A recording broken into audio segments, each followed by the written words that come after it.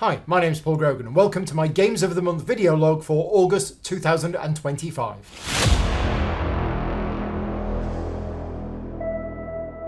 I'm recording this video on the 28th of August and I'm going to talk about all of the games that I've played since the last video log, which actually went out at the start of August. Now my video logs when I started doing them were about 45 minutes long and that's kind of the length of video that I want.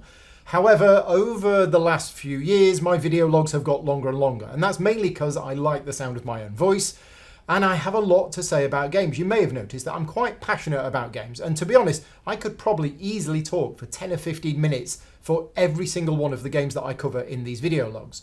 Now that does mean that these vlogs have become longer and longer over time, and if you ask somebody like Mark Monk, who listens to these vlogs at the gym, he says the longer is better. However, I'm not happy with the fact that they're an hour and a half long and I really wanted them to be much shorter.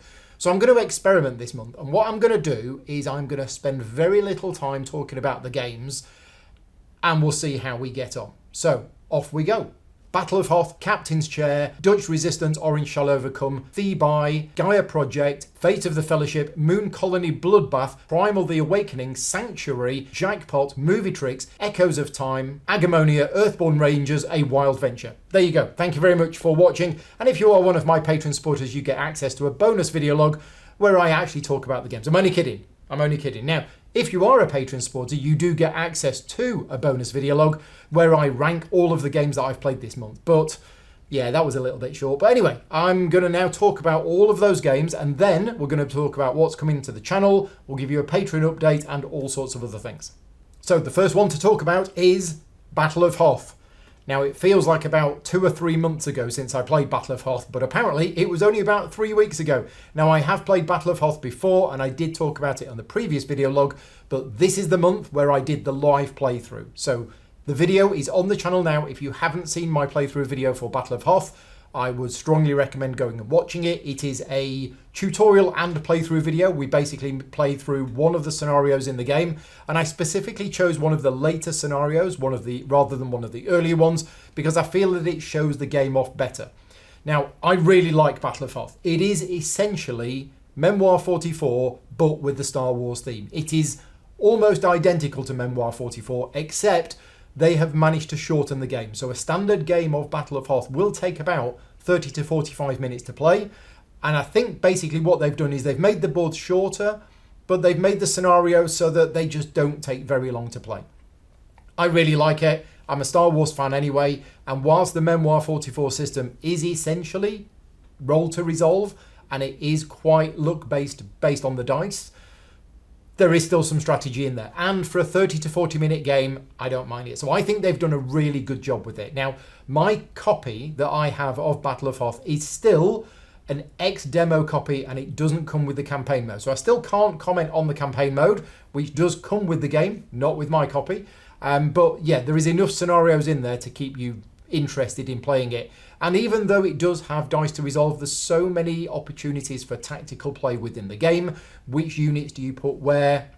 And as I say, the scenarios I've played probably about 5 of the different scenarios now. And apart from the early ones, which are essentially a sort of introduction to the game, a bit of a tutorial, some of the later ones are actually really interesting. Like you've got to capture this particular building and you've got to hold it for a particular length of time, or you've got to go in there and get somebody and get them off the board and things like that. It isn't just kill all opponents on the other side of the board. So yeah, I really like Star Wars Battle of Hoth. I'm looking forward to playing it again, and because it is such a short play time, it should be able to get to the table easier than other games. Now, also on that day, and this is on the channel if you want to see it, this is another playthrough of Star Trek Captain's Chair. So, Star Trek Captain's Chair, the Star Trek version of Imperium, although I kind of want to saying that. I mean, Imperium is the first game that used this particular card mechanism, designed by Nigel Buckle and David Turksey. But what they've done with Star Trek Captain's Chair is that they've adapted the system to the Star Trek setting.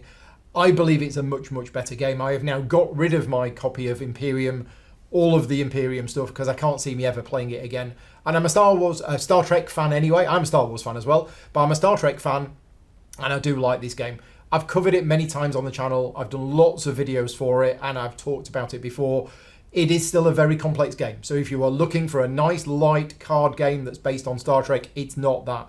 It is pretty complex, and it does require quite a lot of learning to not just get your head around the rules, but also to get to play a particular deck. Now, that playthrough that I did on that Tuesday night after the Battle of Hoth game was with Rick. Rick was playing Cisco, and I was playing Koloth. Now, Koloth is one of the 6 captains that come with the core set, the box 1 effectively of the game. I've not played Koloth before. I have now played Koloth a lot. So aside from the streams that I've done this month, I have been playing Koloth a lot offline, and it's really tricky. I'm not great at the game, but I was getting a little bit frustrated is not quite the right word, but I was getting a little bit down on myself because I was seeing lots of posts on Board Game Geek and forums to say, oh, the bot is too easy. I'm beating every bot on Admiral level with everybody, and everybody's scoring like 100 points, and I'm playing Koloth and I'm scoring 50. And if I play really well, I managed to score 60. And I'm like, I'm not getting this. And one thing that I really love about the game is that it is so asymmetric. The captains play very, very differently. And everything that I'd learned from playing Picard and Shran, and even a little bit of Sealer as well, Koloth required me to completely change the way that I played the game. And that's been really difficult to get used to. And I've had some help from other fans of the game and other people who were involved in, the development of the game. And they've been really helping me out with trying to play it better. So I've played a lot of Captain's Chair this month. Some of those have been on the channel. The 2-player game that I played with Rick that night is on the channel. And then for my Patreon supporters, I did another playthrough the week afterwards, which was it was on Tabletop Simulator, because Rick was at home, I was here, we wanted to play it, and we played it over Tabletop Simulator, which is obviously an unofficial, unlicensed copy. Some people have scanned in all of the cards, and it's very illegal, but I wanted to play it that night, and that's what I did. So yeah, Star Trek Captain's Chair still gets a massive thumbs up from me, and I'm going to be playing it a lot more, and I'm going to be covering the new content when it comes out. So let's talk about the next game that I covered on the channel, which I actually played 5 times over a period of 2 days. This is Dutch Resistance Orange Shall Overcome. And full disclosure here, like many of the games that I'm going to talk about in this video, some of these were sponsored. So this was a sponsored playthrough. The designer of this game contacted me quite a while ago and said that he's a fan of the channel and he's interested in getting the game covered on the channel. And I took a look at it at the time and I was like, oh yeah, this seems quite nice. I like the look of this. And I spoke to a few other people and they said, oh yeah, this is supposed to be a really good game. So I agreed to do it. But that was a long time ago, like many, many months ago.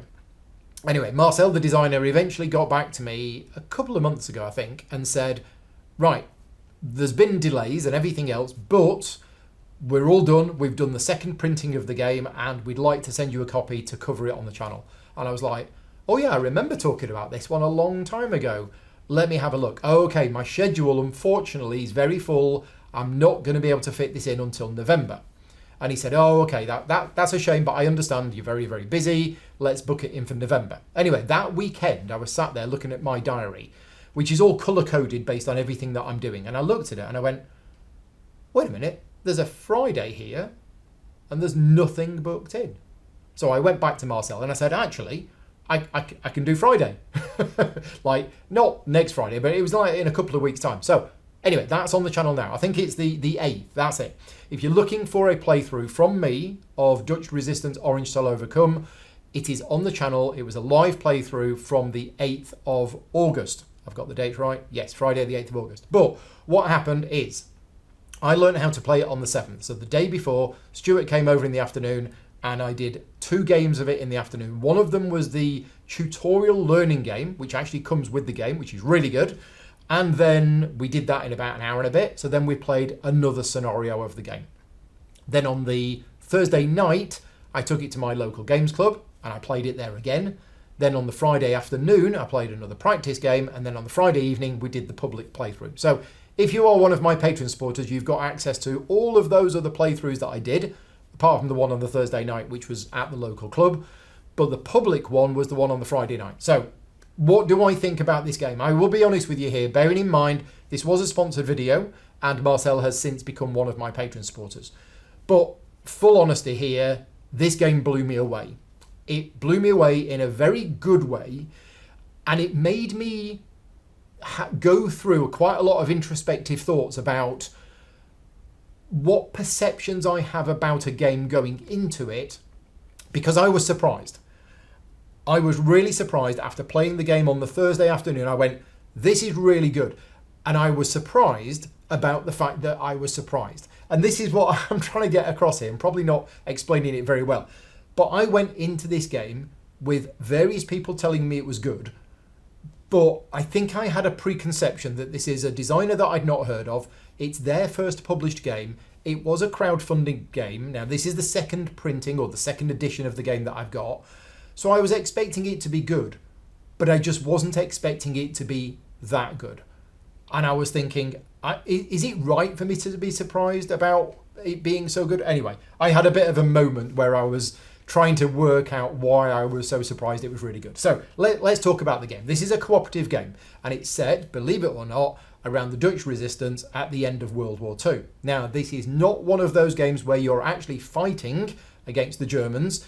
It is very much you are members of the resistance and you are travelling around trying to do missions and quests, and you are hiding from the Germans and trying to avoid their patrols and things like that. So it's that kind of game rather than you actually going out, grabbing guns and fighting them.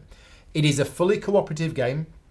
Some people have compared it to Pandemic, which it's very difficult to compare cooperative games not to Pandemic, because it was one of the cooperative games that really put cooperative games on the map.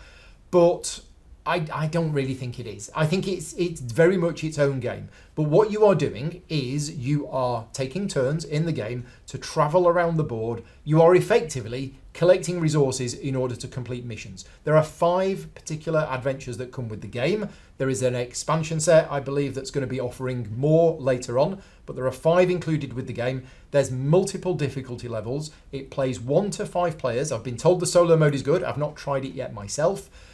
But one of the best things about the game that I like is the thematic integration. There is a lot of theme in the game, and the designer, I know, has family members that were part of the Dutch resistance, and he's got done a lot of historical research on the game. But one of the things in the game that you do is you travel from one location to another. And when you do that, if there is a German patrol on that route that you're traveling along, you have to draw one of these Halt cards. And it's the usual thing where the player to your left gets the card and then starts reading it, and then you have a choice. And the flavour on those cards and the little stories that it tells are really good. And sometimes you have to make difficult decisions because the outcome is going to be affected by what you choose. Now, the outcome is not generally as swingy as, oh, well done, congratulations, have a piece of cake, score 15 points, or you've been arrested, game over. It's more, you're going to suffer some kind of penalty, and the penalty is whether your morale drops or your alibi drops because people have found out kind of who you are, kind of thing. But the decisions that you make will have an impact on the game. That's one part of the game that's quite thematic. I do like the missions. I like the fact that the missions are varied, and I love the customizable difficulty of the game. The best thing about the game for me is the shared action selection mechanism. Now, when it's your turn, you have a number of actions that you can perform. 3, I believe. Yeah, 3. You've got 3 cards in your hand, and you play those cards and you perform actions. But based on the group's morale, there is there's a pool of actions which can be shared out between the players. And the way that it works is that anybody can do those actions on anybody's turn. So the turn sequence is actually fairly fluid. If it's my turn, I've got my 3 actions to perform, but before I do the first one, you could say, Paul, wait a minute, I need to go first because I need to move to there to give you something so that you can do your first action. All right, so they use one of the shared actions to take a turn before I even have one of my turns. And they're like, right, okay, I've done that. Now you do your thing. Okay, well, I'm going to do this action. Right, now I'm going to do this action. And then somebody else will say, right, well, before you do your third action, how about I move there and do that, and then you do that, and yeah. So it's not just a shared group of actions that everybody shares out completely. It does have the individual turns where you're doing your own actions, but the shared pool allows other people to do actions when it's not their turn. It works really well. It's very, very clever. And yeah, this was just a really good game. So I took it to the club on the Thursday night, played it there. Everybody loved it there. Played it on the Friday. Everybody loved it on the Friday. So yeah, really, really good game. Highly recommend that. If you like cooperative games, I would very much recommend it. The rulebook is really good. The tutorial that gets you into playing the game is really good. And I was just impressed by the overall quality of production of the game. Right, moving on to the week after. Now, this is a similar story. This is an almost identical story to what I've just said. This is another sponsored video for a game, but this time I knew it was going to be good. I just didn't expect it to be as good as it was. And this is Thebai, the new big heavy Euro game designed by David Turksey and going to be published by Board and Dice. It's their big Essen release for this year. Now, I'm actually demoing this game for 4 days at Essen this year. So if you are going to Essen Spiel and you want to come by and say hello, I will be at the Board and Dice booth from 10 o'clock in the morning till about 2 o'clock in the afternoon every day demoing Thebai. Board and Dice asked me to join their demo team this year, probably back in February. And I said, it all depends what games you've got, because I want to be demoing a game which I enjoy demoing. And they said, well, it's top secret, but we have a new heavy Euro game designed by David Turksey. Now, David's a friend of mine. I contacted David and I said, David, about this new heavy Euro game that you've got coming out from Board and Dice this year. He said, oh yeah, am I going to like it? And he said, yes. And I said, okay, well, tell me more. And he told me a little bit about it. And that was enough for me to go back to Board and Dice and say, yep, I haven't played it yet, but I'm happy to demo that game at Essen for you. Bearing in mind, last year I did Nucleum. Was it last year or the year before? I think it was the year before. I did Nucleum. Nucleum, heavy Euro game from David Turksey and Simone Luciani. So I was prepared for this, and it was that week where I got Thebai and I learnt how to play the game. And my honest opinion at the end of learning how to play a game and having a quick play of it was, I am very happy that I am going to be demoing this for 4 days in Essen, because this is not the big heavy Euro that I expected. It's really interesting, and I spoke to David about this afterwards, and I said to him, this is a heavy game, but it kind of feels like it's medium heavy. In fact, verging on the side of medium when it comes to the rules. So I got the rule book for this game and I looked through it expecting a Nucleum or a game of similar complexity to Nucleum. And I was looking through it and I was like, well, there don't appear to be that many rules here. And I learned how to play it and I was like, oh, okay. And I learned how to play it within I learned how to play it and played a game within 2 hours. And I was like, okay, I think I understand the rules of this game now. It's nowhere near as heavy as what I thought it was going to be. And that's what the surprising thing was. And that was why I suddenly went, oh yeah, this is going to be a breeze demoing this for 4 days, compared to something like Nucleum or Trismegistus, which I have demoed for Board and Dice at conventions before, but both of those I find very heavy and therefore harder to teach and harder to explain, etc., etc. So yeah, Thebai, again, this was a sponsored video from Board and Dice, but I'm being completely honest with you here. I really, really enjoyed this game. And I think part of what I enjoyed about the game is the fact that it was lighter than what I was expecting. And therefore, it was much easier for me to get my head around and actually enjoy the game and start getting into the game without constantly having to look up rules and everything else. Now, I have done a playthrough of this. It is on the channel now if you want to go and check out that playthrough. But one thing that I liked about this game was the positive player interaction on the player board. And this will be more apparent with more players. The playthrough that we did was 3 players. When I learned how to play it with 2 players, there wasn't actually that much of it, but that could have just been because of the way we played it. What you're doing in this game is you are placing dice onto the board. So it is a dice placement game. You don't roll the dice, but the dice represent your hoplites and your citizens, and you're placing these dice onto a central board, which is going to get built up over the course of the game. Now, one of the things that you do in the game is you move one of your markers. I can't remember exactly what it's called. Nope, still can't remember. Anyway, you move this marker around the board, and when it moves over your own dice, those dice reduce in level, which is not good. You don't want them to do that. If you move over somebody else's dice, it promotes them. They actually get better. So you have this really interesting dynamic in the game. When you get to start moving your worker around the board, you're like, well, there's the action that I want to do. I'm going to have to move over one of mine. Do I want to do that?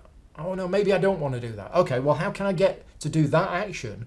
Well, I could go there and there, but if I do that, your 2 workers are going to get promoted. Sure, okay, I'll do that.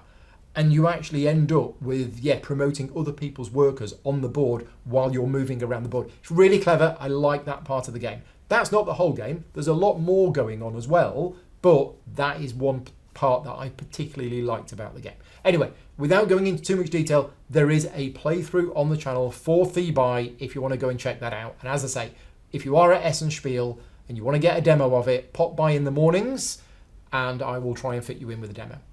On the 16th of August, I went round to a friend's house and we played 3 games.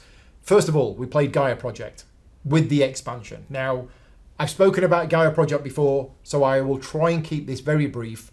But Gaia Project is an amazing game. Absolutely love the game. Potentially top 10 for me. It's definitely top 20. And the expansion, which I don't want to play the game without the expansion now, it's just great. Really, really good. Now, the last time I played Gaia Project with the expansion, with Mark and Alan, I ended up winning the game. This time, what a game. Not just one of the best games of Gaia Project that I have ever played in my life, but one of the best games that I have ever played in my life. It was 4 players. It was just tense. The whole game. I just felt this rush of Euro tension and excitement through the whole game. Didn't do very well in the end. Came 3rd. At one point, I thought I might be within chance of winning, but the reason why it felt so good is that I think I was running on about 3 hours sleep. So I'd built up all of this. I've got to focus. I've got to pay attention because otherwise I'm going to fall asleep. And it was just the push and pull of where we were all going during the game. Turns out Alan won by a country mile, but it was just a really, really good game. Anyway, later that day, we also played Fate of the Fellowship, the new cooperative pandemic-style Lord of the Rings game from Z-Man Games and Matt Leacock. Now, I spoke about this in last month's video log as well, and we played it again on that Saturday. And I played it again on the Sunday. So I've had 2 more games of Fate of the Fellowship.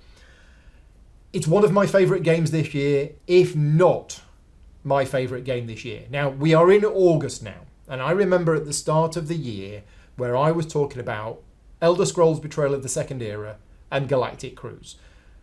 Those 2 games I had in 2024, but technically those are 2025 games because that's when they were available to the general public. And I said at the start of this year, those 2 are clearly going to be my favourite. Well, they were my favourite games of the year, and it's going to take a miracle for some games to come out that are more enjoyable than that. Well, Fate of the Fellowship is so good. It's so good. And I am now in a position where I'm thinking, how good is it? I need to play it a lot more. I've played 3 or 4 games of it now, but I need to play it a lot more. I'm thoroughly enjoying the game. And yeah, it's just so good. They have done, and all credit to everybody involved in the game, from the designer, Matt Leacock, to the people involved in developing the game, producing the game, the components, the gameplay, everything about it. This is a very, very polished game that I have been really, really enjoying. Now, the game that we played on the Sunday was a really interesting one. This is me teaching Vicky, Nilsson and Vashti how to play. I really wanted to play it again and I convinced them that we would play it, so we did. Everything about the game just went an absolute breeze. So, if you don't know the game, you start off with Frodo in the Shire and there's like 4 Nazgul there. And every time Frodo moves, unless he spends a ring card, is it a ring card? No, a cloak card, then there's a search check. And the Nazgul come looking for him. And you're like, so right from the start of the game, Frodo is like in the Shire and he's got to move a number of spaces and have all of these search checks. Well, it's really dangerous right from the start of the game. Well, one of the players drew the Council of Elrond. And the Council of Elrond is an event card that basically said, move as many characters as you want to Rivendell, don't make search checks, or something like that. So we're like, all right. So we just teleport Frodo and Sam straight to Rivendell. That was great. Anyway, the whole game just went really well. We did the 3 missions relatively easily. And then we were like, right, all we need to do is we just need to get 5 ring cards to Frodo. Frodo was actually sat on Mount Doom. I think he was with Faramir. Yeah, I think Frodo, Sam, and Faramir were sat on the slopes of Mount Doom, waiting for us to collect the ring cards. And then we were going to win. And it was like, yeah, so we're going to win next turn. This is quite an easy game. Except there is a rule in the game which I did remember reading when I read the rule book, but it's never come up. And that is, if you ever need to add enemy troops to the board with these tiny, tiny little red meeples, if you ever need to add them to the board and there isn't any left, then you lose 1 hope for every one that you would add. So we are almost about to win the game, and we turn over the card that said add an enemy troop to every enemy stronghold in Mordor. Now, we've had that event card a couple of times before. It's like, yeah, whatever, just put some troops on, it's fine. Except it adds 3 troops. How many troops do we have left? None. Oh, right, so we lose 3 hope. Yeah, okay, and then the next event card, add a troop to here. Oh, we don't have any troops. Lose a hope. Ah, we've lost. So literally we lost the game because the troops run out. So I know that now. And we were like, well, could we have prevented that? And we absolutely could have prevented it. So if you don't know this rule in the game, it is in there. And one thing that we could have done to prevent this, if I'd reminded them and I'd remembered myself that that was a rule, was you literally just have to go out and have some fights. Thin out the numbers.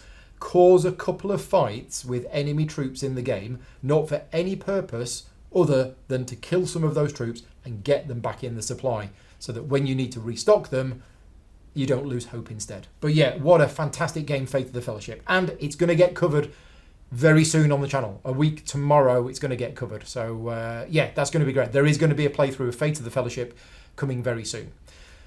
So also on that day, Mark had bought a new game. Mark had bought Moon Colony Bloodbath because he'd been reading about it and he'd heard good things. So he got a copy of it. And I said to him, I'm more than happy to play. It only takes about an hour to an hour and a half. We'd be learning it from the rule book, but that's okay. I don't have to go home just yet. And I'd also heard various people talking about it, saying how good it was. I was keen to try it, but I probably wouldn't have gone out of my way to try it because, as usual, I've got too many of my own games that I haven't played yet, or too many of my own games that I want to play again. But we were round at Mark's house, and it had just arrived, and I said, go on, let's give it a go. And he was like, oh, okay, yeah, let's give it a go.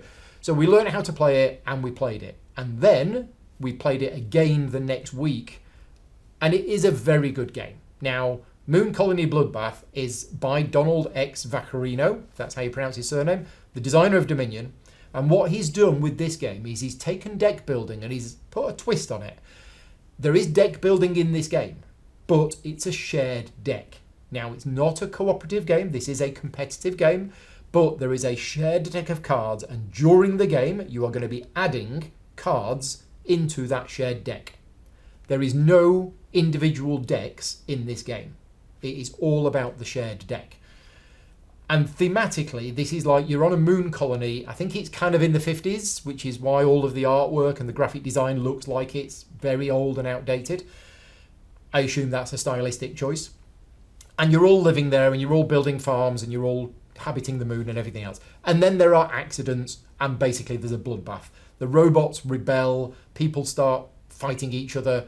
And what happens is this is a game where you will be building up a bit of an engine, but the whole point of the game is that as more and more event cards get added into that shared deck, the colony is on a spiral for destruction. It will happen. That's the game. And if you ever play this game, you need to go into it fully aware of the fact that the whole game is about building these buildings that will give you special abilities, but then the buildings will get gradually destroyed. And the game ends when one player has no people left whatsoever, and then it's whoever's got the most left that wins.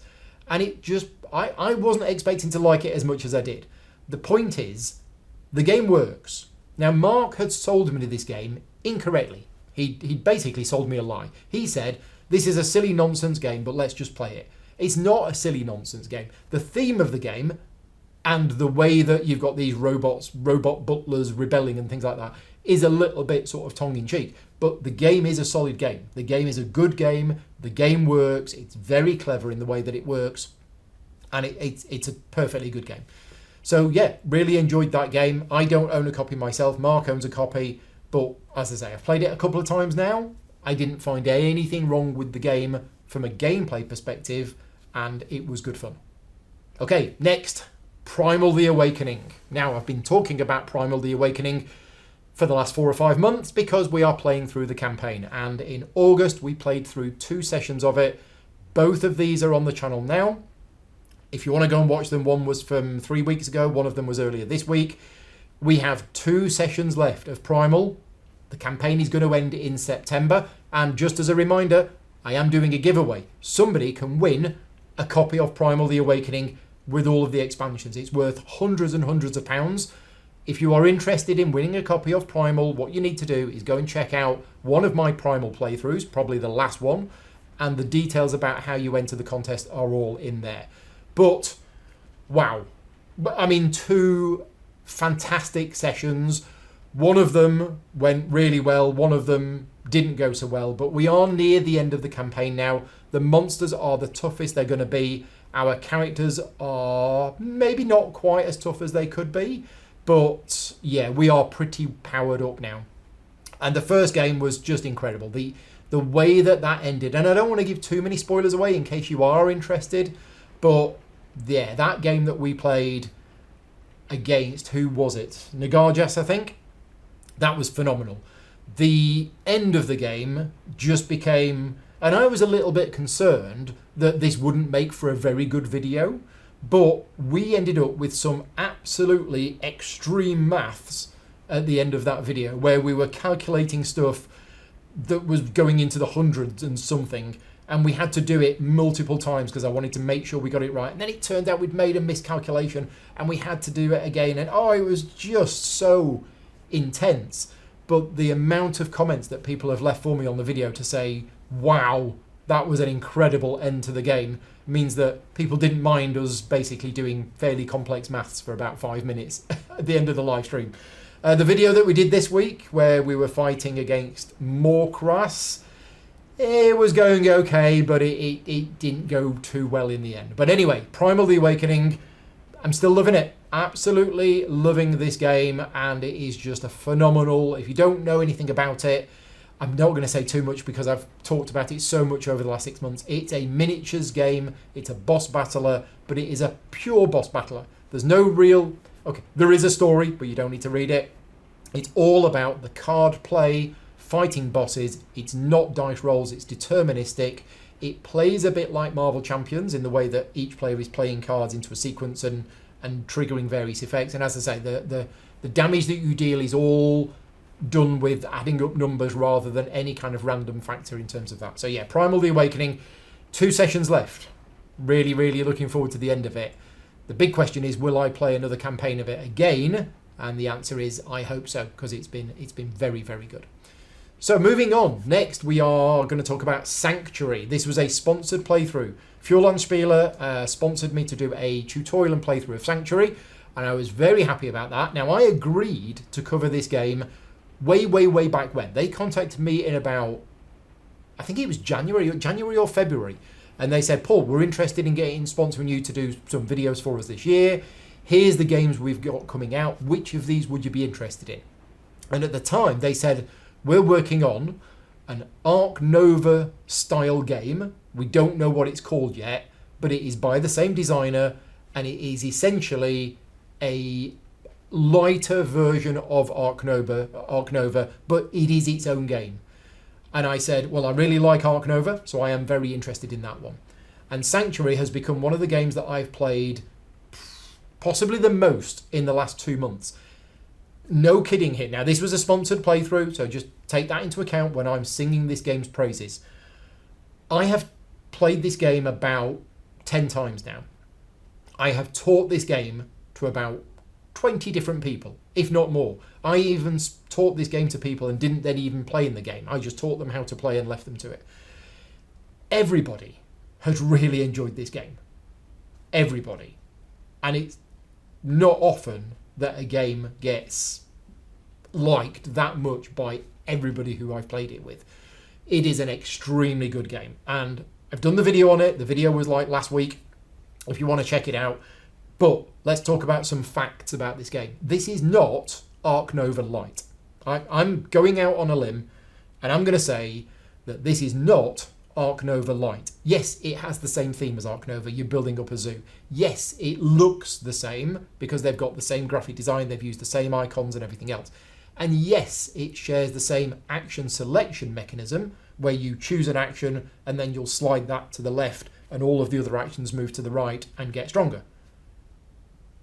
But other than that, there really isn't that many similarities. There are conservation projects where you're counting how many tags you've got, but the game plays very, very differently. So for me, this is an Ark Nova themed game that is a lot lighter, shorter, more accessible, but will appeal to Ark Nova fans and also be more accessible so that you can play it with people that you can't play Ark Nova with. Now, there are going to be some people who absolutely love Ark Nova who are going to dismiss this game, and I've already had a couple of comments from people to say the game looks fun, but I love Ark Nova and I already have Ark Nova, so I don't see why I would get this. And that's absolutely fine. My counter argument to that is you can play this game in about an hour and a quarter. You can't play 4-player Ark Nova in an hour and a quarter. You can play it in 2.5 to 3 hours, but both of the games are staying in my collection. I am not replacing Ark Nova with Sanctuary, and I am not getting rid of Sanctuary because I love Ark Nova.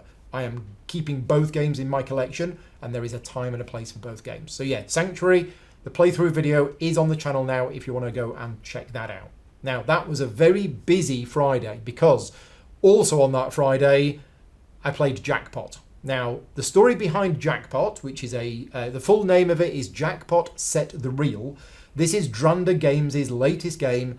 It's either just finished on Kickstarter or it's just about to finish on Kickstarter. But Dranda Games were due to come here in my new studio and do a live playthrough of it on the day of launch.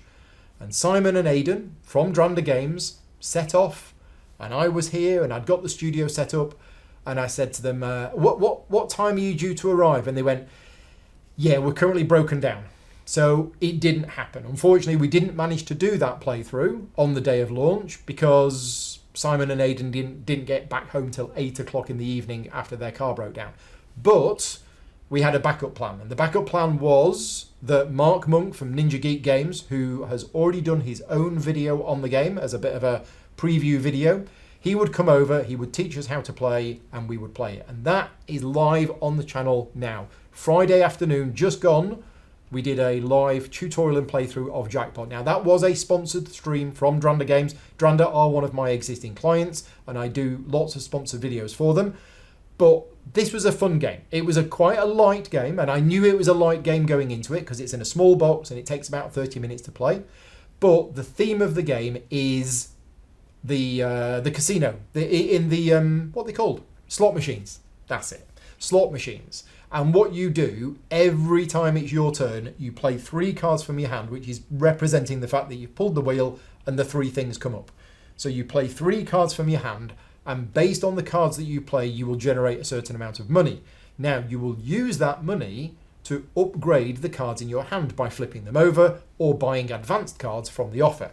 The twist in the game is that once you have got your starting hand of cards, which is 10 cards, which is a fixed 10 cards, everybody has the same set of 10 cards, you shuffle them at the start of the game, but that's it. You will never shuffle them again. And when you play 3 cards from your hand, it has to be 3 cards in order from left to right. You can't change the order of the cards, and it has to be 3 consecutive cards. So when you're buying new cards from the offer and you're replacing existing cards, where they are is important. And when you flip a card, it's important. And it's it's very clever in the way that it works between rounds, because in between rounds, once you've played most of your cards, one of them passes to the player to the right, and then you will pick up the stacks of cards, but you will keep them in the order in which they are. So if you're super, super clever, you could actually play them so that planning for the next round, when you pick them up, the right cards are together. But the reason why I say it's clever is if you've got a set of 3 cherries and you play cherry, cherry, cherry, that's really good. You're going to get a super bonus card for that. That means that those 3 cards in front of you are in different stacks. So then when you pick them up at the end of the round, they won't be together. So the game, as I say, it's a clever mechanism where it automatically splits up your sets so that you don't automatically have them on the next round. Anyway, yeah, that's basically the game.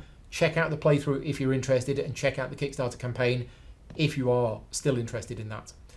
And then also on that day, those were the live public playthroughs that I did, but I did 2 additional playthroughs for my Patreon supporters late on the Friday evening. So if you are a Patreon supporter of mine, you will have got access to these videos, but we played Echoes of Time and we played Movie Tricks. Now, Echoes of Time is a new game that's coming out from Cranio Creations at Essen this year, and I might be covering it on the channel. So my plan for the 3 new games from Cranio Creations this year, Echoes of Time, Railway Boom, and Ants, is that I will be doing a video, a sponsored video for Cranio, where I basically introduce these 3 games, 5 minutes each, and tell you a bit about them. And then my Patreon supporters are going to vote on which of those 3 games I'm going to cover on the channel. So over the next few weeks, I am going to be learning and playing each of those games so that I can then do a video talking about them. But one of those 3 is actually going to get a live public playthrough just before Essen, and that's going to be voted on by my Patreon supporters. Echoes of Time is the only one that I've played so far, and I will be honest with you, I played it. My initial impression was that I was disappointed. Now, bear with me, because I think I was expecting something more. It's quite light, and I wasn't expecting it to be as light as it was when I played it. So that was just a case of, it was very late at night, I was tired, and I played the game and I went, is that it? Now, since then, I've played it twice more. And I taught somebody how to play, I taught Stephen how to play, and I told him, I said, look, this is a light game. And we went into it, and I've played 2 more games of it since, and I thoroughly enjoyed those games. Because you've got to go into it going, this is quite a light, quick game. And we played like 2 games. We played 2 2-player games in about 40 minutes. So after me teaching Stephen how to play, it took about 20 minutes for a game. That's it. This is quite a light game. And if you know that going into it and you accept it, then yeah, I think that will be... I think you don't fall into the same trap I did and going into it thinking, okay, this is going to be a 1.5 hour medium weight game. It's like, no, it's quite light. The clever part of this game is it actually uses time as a resource. So you get cards in your hand and you're all drawing cards from a shared deck, and every card has 2 costs to play.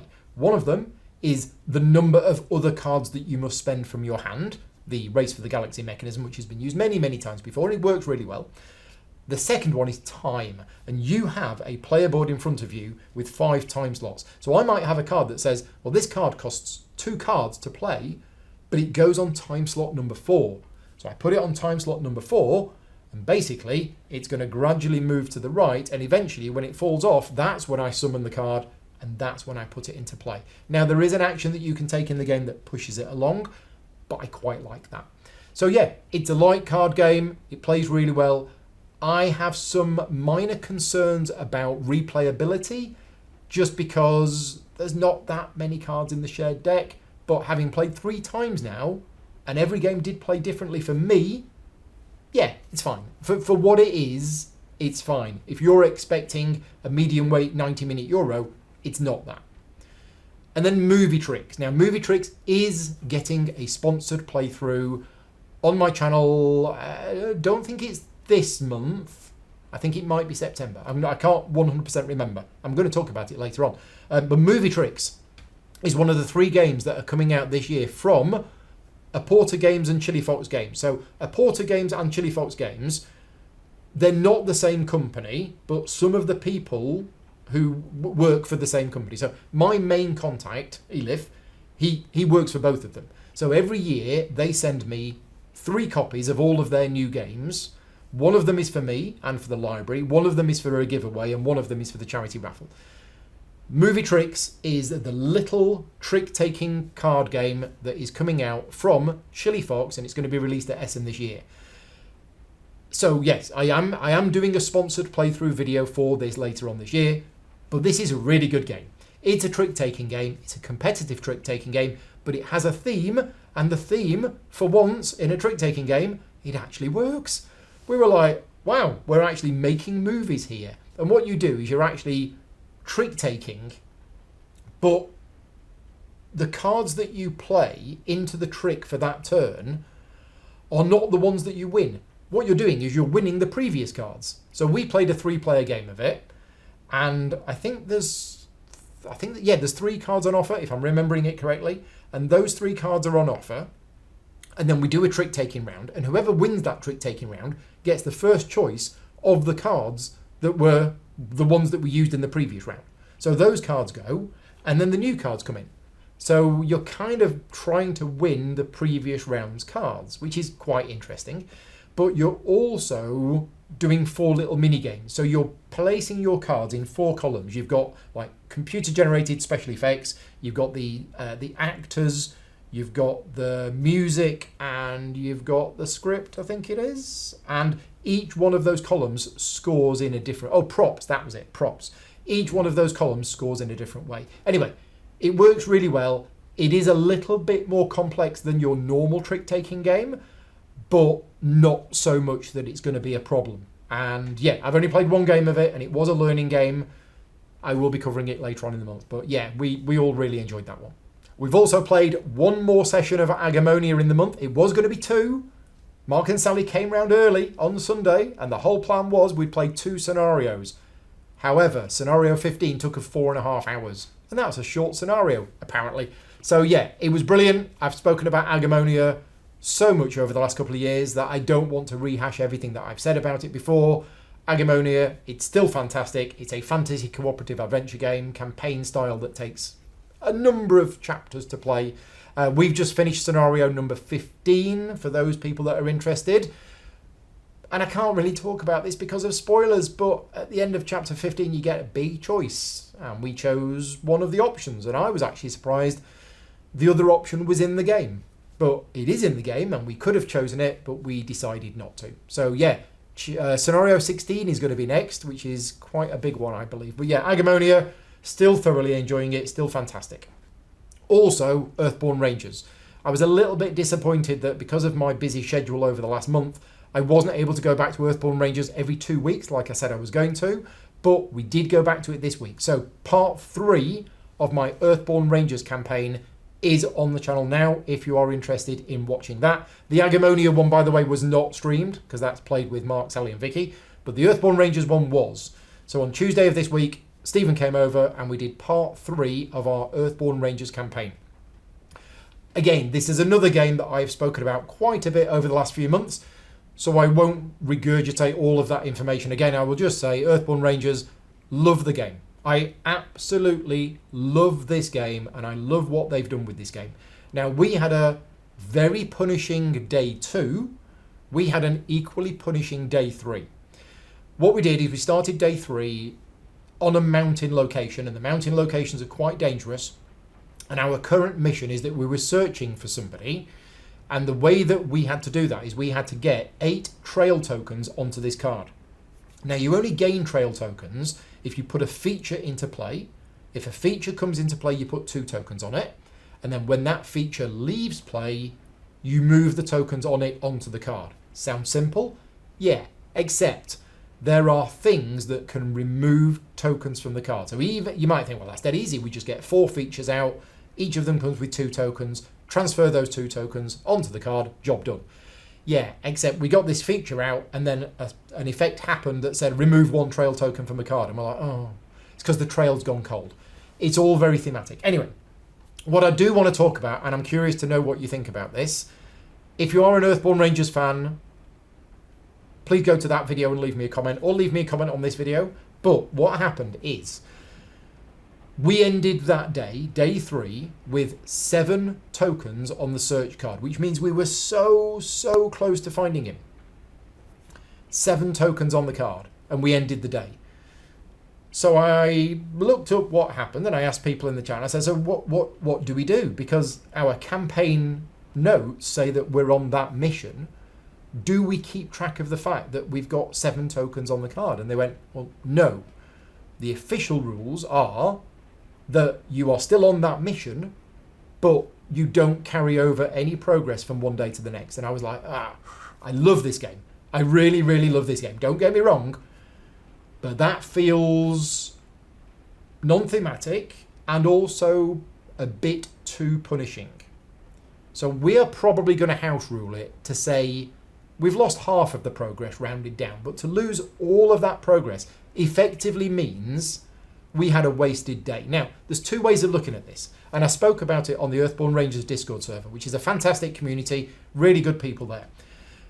Every single person said, don't change the rules of the game, Paul. I mean, you can if you want to, it's your game, but the rules of the game are that you've lost all of the progress. And they were explaining it thematically, and they said, look, Earthborne Rangers is one of those campaign days where you have to take, the smooth with the rough, and you just had a bad day where you worked really, really hard and you didn't manage to get it and you've lost all of your progress. But you can explain that thematically, that you were almost finding him, but then you ran out of time in the day and suddenly the trail's gone cold, and then the next morning you find where he was and he's moved on.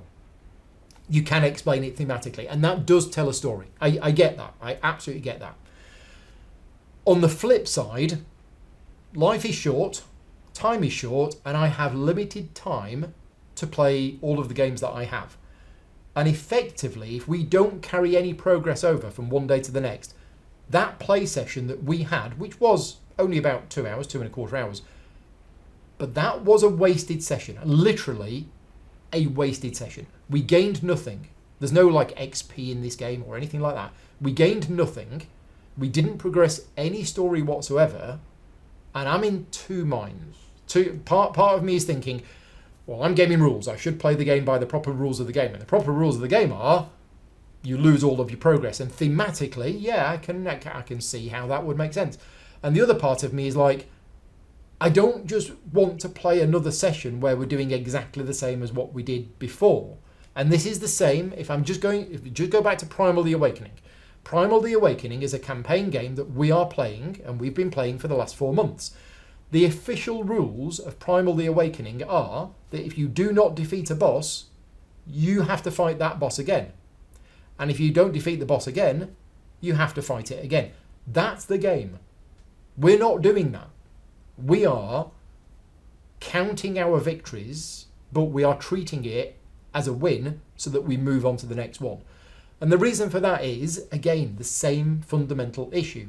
Life is short, I have limited time, and if we were to play Primal with the official rules, then that campaign playthrough won't be 12 parts, it will be 25 parts, and it will take us 2 years to do it. I don't want to do that, and I'm sure, I don't know, you, as a person who watches my channel, you might be interested in seeing Paul, Rick and Davey fight the same boss every 2 weeks for 2 months until they finally beat it. I can see that. I can see that there's something good about that. You see the learning, you see the progression, and then when they finally beat it, yay. But yeah, for me, I don't want to do that. So that's why, bringing things back to Earthborne Rangers, I'm tempted to apply some kind of house rule to say, look, we've lost half of the progress, not all of the progress, and I'm not saying we keep all of it, but we've just lost half of the progress, so that at the start of next session, hopefully, we should find Lun. Now, we were a little bit unlucky at the end. We basically needed one more feature card. We left the mountains, we travelled to a safer location. There were plenty of feature cards in the deck. If we'd have drawn one, we'd have done it. We didn't draw one, and that was it. And we just ran out of cards in our deck, which is representing the fact that our Rangers have run out of time. We've run out of energy for the day. But anyway, love the game. Absolutely love Earthborne Rangers. It's a fantastic game, and if you are interested in seeing it and you haven't seen any of my videos, I would go back and watch the first one. Don't watch part 2 and part 3 because they won't make much sense. Go back and watch part 1 because that's the video where I kind of explain how it all plays out. The final game that I played in the month is a game called A Wild Venture. This is a 2-player card game. It is only a 2-player card game, and this is getting covered on the channel later this month, so I don't want to say too much about it. This is a game which I helped with the rulebook for it. and I'm going to be doing a sponsored playthrough later this month. But it is a 2-player card game which is designed by a guy called Ian Everett, and the artwork is by his wife. And I did some work on the rulebook for this game, and then I contacted the publisher, which is Pika Games, and I said, please can I do a video for this game, because I think this game is a little bit special. It's quite different in how it works. Essentially, what you're doing in this game is you are building up a sort of tableau of cards, but your cards will not last forever. You play these villager cards from your hand, you have to pay for them, but they have a limited number of uses, and once you've gone through all of their uses, those cards get tucked into your scoring pile. And the game is about building up this engine, travelling around the board, finding treasures, doing this, drawing more cards, playing more cards, but the whole point is about getting cards into your scoring pile, because at the end of the game, it's the cards in your scoring pile that are going to earn you the points. And that's what you need to be doing during the game. I liked it. I liked it from when I first play tested it and then worked on the rulebook for it. And I liked it because it does things a little differently from a lot of other card games. But again, that's going to get covered on the channel later on this month. Okay, Board Game Arena plays. Not much this month. I've been very, very busy. I'm still sorting out the new studio, so my Board Game Arena plays have been quite light over the last month. In fact, there's only 2 games that I finished. One, Gaia Project, and one, Arc Nova. Currently, I am only playing in 3 games on Board Game Arena. I'm playing in another game of Arc Nova, I'm playing in another game of Gaia Project, and I'm also playing in a game of Andromeda's Edge, which is in alpha on Board Game Arena at the moment. So I'm testing that out. But yeah, that's my Board Game Arena plays. So other videos that have been on the channel in the last month. I did a video on the upcoming expansion to Civolution. Civolution, my favourite game from 2024, is getting a little mini expansion this year. And if you are interested, I did a short video just giving an overview of what is included in that expansion. That is on the channel if you want to go and check that out. Also, Mark from Ninja Geek Games did another Kickstarter preview for me. Mycelia, the North America expansion. Mycelia, I've not played it myself, but I've heard good things about it. And the publisher contacted me and offered me to basically do a Kickstarter preview video for it. So Mark's done that. That is on my channel if you want to go and check out what that is about. I also did a playthrough of the digital version of Space Corp 2025 to 2300. Space Corp is a great game. I really, really enjoy the board game.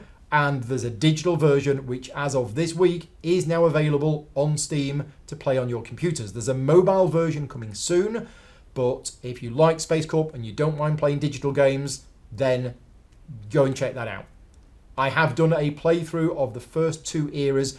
If you want to know what that game is, I have done a few videos on the actual board game. But to be honest, I'd watch my digital playthrough because it's a lot shorter. And speaking of Space Corp, the developer of the app has given me some codes to give away. Now, I've done a contest already as part of the Space Corp video.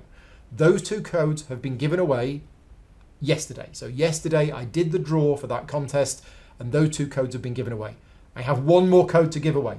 So if you are interested in winning a Steam key to Space Corp digital version, what you need to do is you need to leave me a comment in this video saying Space Corp, and there is a form as well. You need to do 2 things. You need to leave me a comment on this video and you need to enter the contest. And to enter the contest, it's very easy.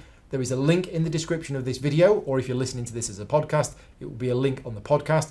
It takes you to a form. All I need is your email address and your YouTube username. And that is just so I can contact you if you win.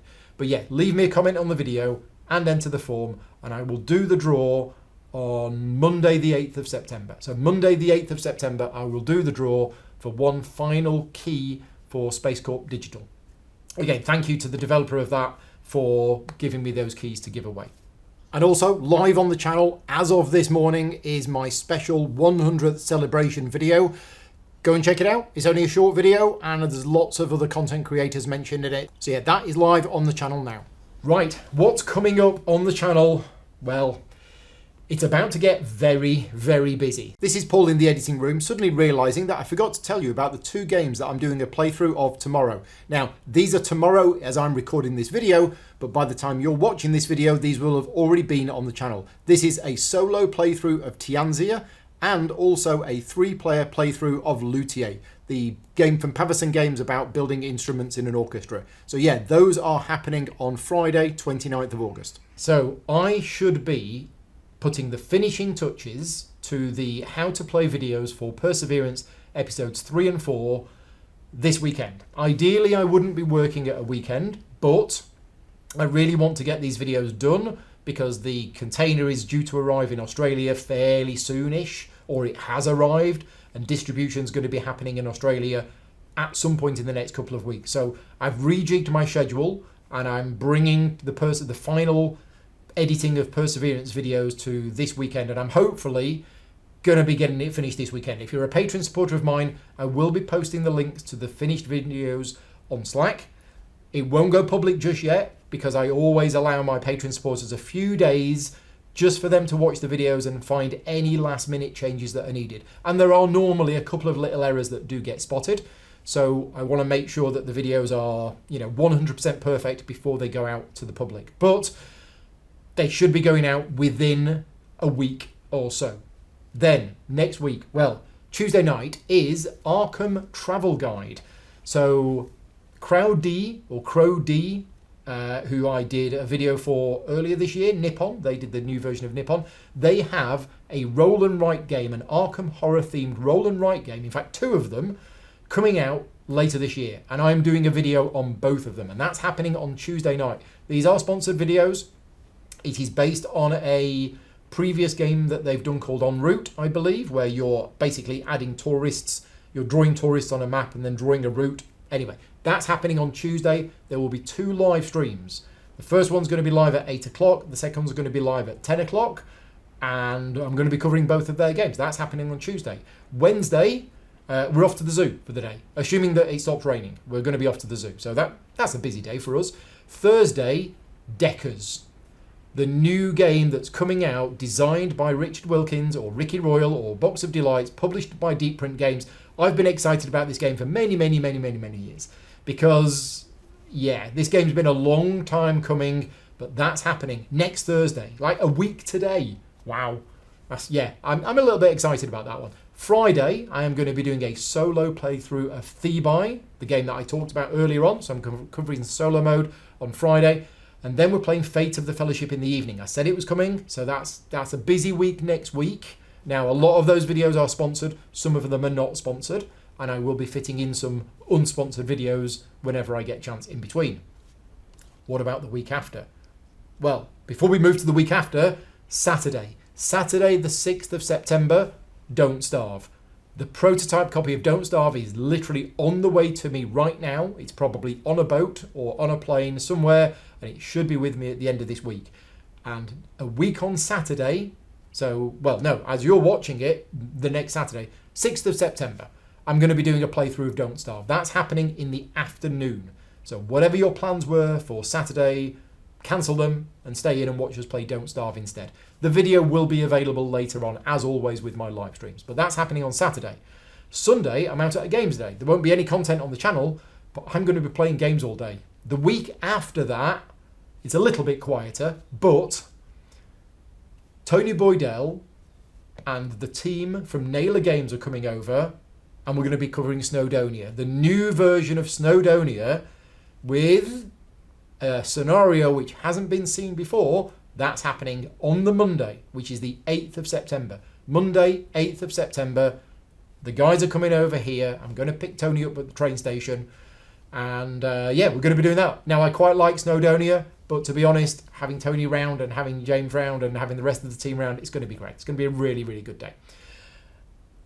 Later that week, and it's just arrived this morning, the Warlock of Firetop Mountain, the Fighting Fantasy Quest game that I did an interview with the designers for a month or 2 ago. I'm going to be doing that. That's happening on Friday. What will that be? 8, 9, 10, 11, 12. Friday the 12th is going to be the Warlock of Firetop Mountain Day. So I'm looking forward to that. The week after that, I'm going to be covering the new Galactic Cruise expansion. So the Dranda Games team are coming over, assuming they don't break down, and we're going to be covering that. That's on the Monday. Primal on the Tuesday, and then a Wild Venture on the Friday. And the week after that is going to be the final of Primal. Then Raphael from Quined Games is coming over. He's flying over from Belgium, and we're going to be playing Movers and Shakers, the new game from Paulo Soledad and Nuno Bizarro Sentiero. I've been fans of Paulo and Nuno for many, many years, and I'm a fan of Quined Games and the quality productions that they do. I'm very excited about that one. And then on that Friday, I'm going to be covering Founders of Scoundrel Bay. Yeah. Followed by, on the Saturday, a solo game because Vicky's out. I've got a wedding to go to on the evening, but I'm going to squeeze in a solo game. Now, that is a lot of videos. And if you thought that was busy, the first 2 weeks in October is going to be even busier. Horror on the Orient Express, Threshold, Movie Tricks, Tranquility the Descent, Norsewind, Forestry, one of the Chronio games, Garden Lake, Severton, and Miskatonic Tales. That is the 2 weeks before Essen. I tell you what, it will be good to go to Essen for a rest. Now, a lot of those videos are sponsored. But the good news is that once the Perseverance videos are wrapped up, hopefully next week, I don't have any more how to play videos that I'm currently filming. I was supposed to be filming one, but it's been delayed and pushed back to Q1 next year. That means I actually have, and I don't want to speak too loudly, but I should have a little bit more free time. Despite all of those games that I've just listed, I should have a bit of free time to fit in some non-sponsored playthroughs. And this is where I would be looking to my Patreon supporters for suggestions and votes on what I play. Some of the games will be Patreon only. I do a number of Patreon only playthroughs for my Patreon supporters. Some of them will be public, but we will see. I'm really looking forward to the next 6 or 7 weeks because creating the how to play videos is great and I do enjoy doing them, but that's 2 to 2.5 days a week gone where I'm filming that, which nobody's seeing any of that, and it's not producing other playthroughs. And I've got so many games that I want to play. It'll be good to get some of those done. Right, let's give you a Patreon update. So, as of this morning, we are currently at 1,210 Patreon supporters. So, we made it. For those people that watched last month's video log, I said I'm going to try and get to 1,200 Patreon supporters. And we made it. We have made 1,200 Patreon supporters. Now, what that means is the goal of getting to 1,200 Patreon supporters, what I was going to give back is I'm going to take a week off work in December if we got to 1,200 Patreon supporters.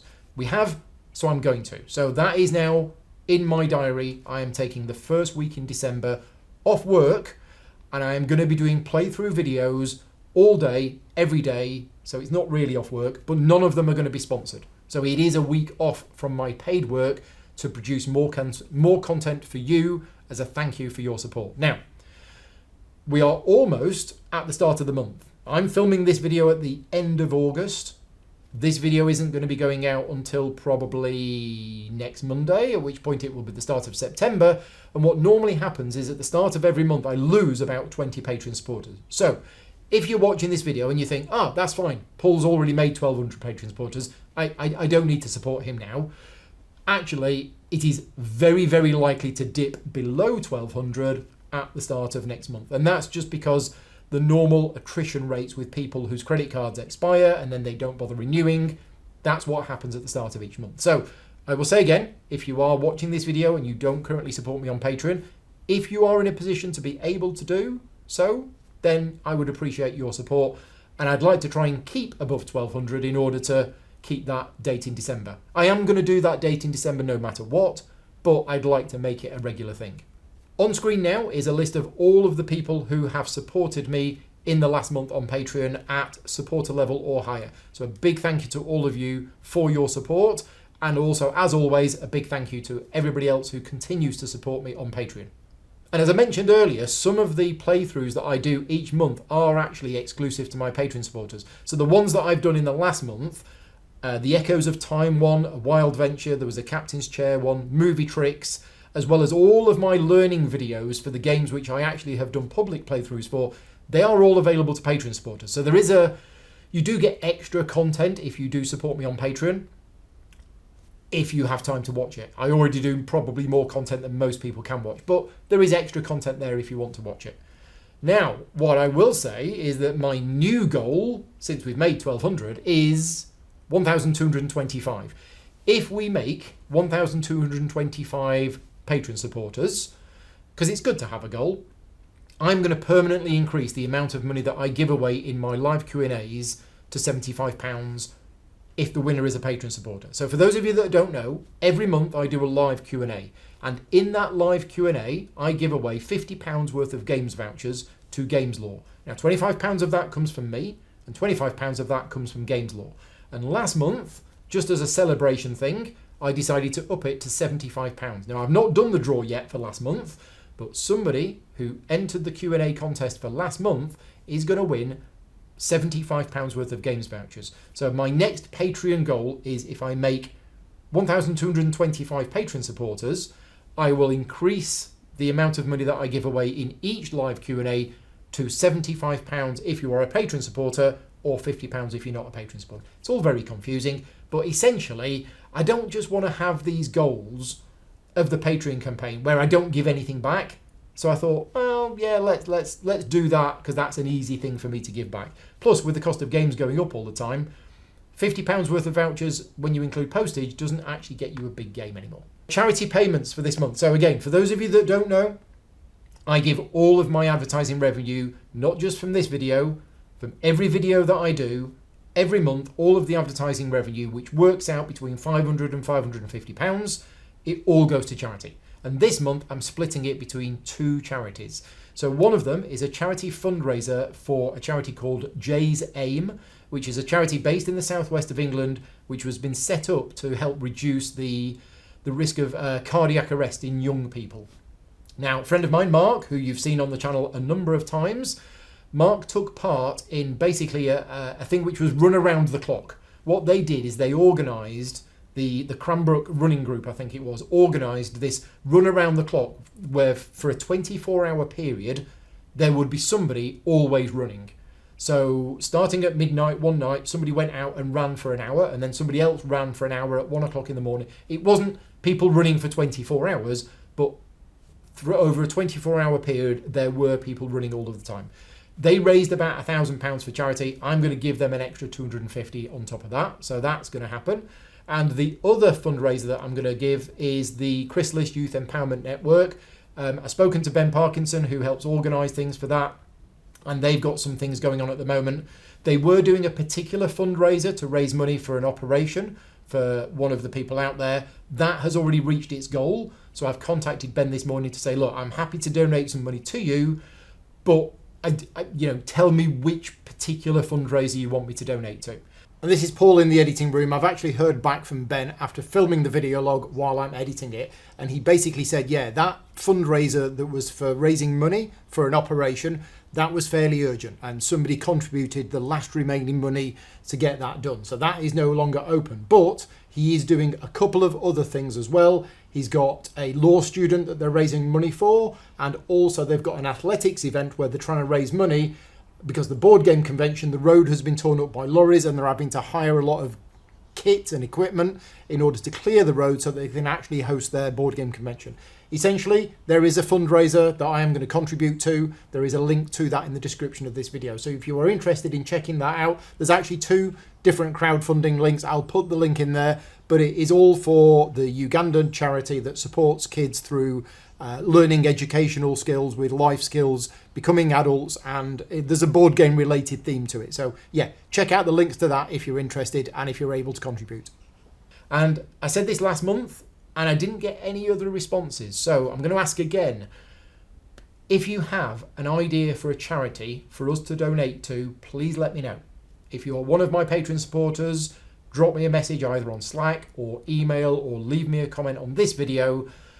But I need more. I need more suggestions. Otherwise, we're just going to go back and keep giving to the same charities each time, which is fine. I can do that, but I'm always looking for ideas. It's the support of my Patreon supporters who help make everything that I do possible. And if I can give money to a charity of your choice or one that's important to you, then that is something that I want to do. And that's everything. We are all done. I don't know how long this video is. I'll find out when I edit it, but hopefully it's shorter than an hour and a half. But for now, thank you very much for watching. Thank you very much again to all of my Patreon supporters for your support. And if you like the content that I create and you are able to support me on Patreon, that would be fantastic. Other than that, I will see you for some playthroughs and I'll see you next month for the next video log. Cheers everybody. Bye-byes.